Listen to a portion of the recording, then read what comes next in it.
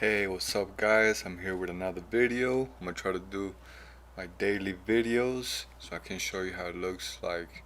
I'm always catching the greens, but it's not really that. I'm just trying to flow. But over here, a poor fire truck I guess got left behind, and he must have panicked or something because he's from out of state.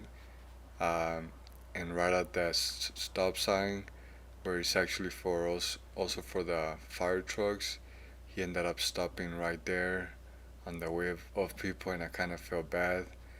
And the locals know that once people pass by, you can go.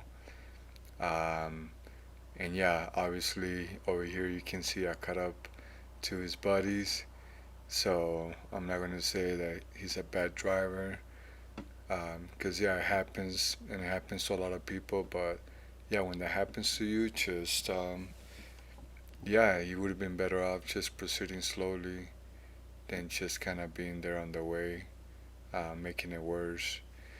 And a lot of people kind of do that. And yeah, it's okay just to proceed cautiously, just being stuck where there's traffic that's supposed to be moving makes it worse sometimes. And yeah, in that situation, he was just blocking the whole crosswalk. But again, he's from out of town, and kind of panicked, didn't wanted to do the right thing.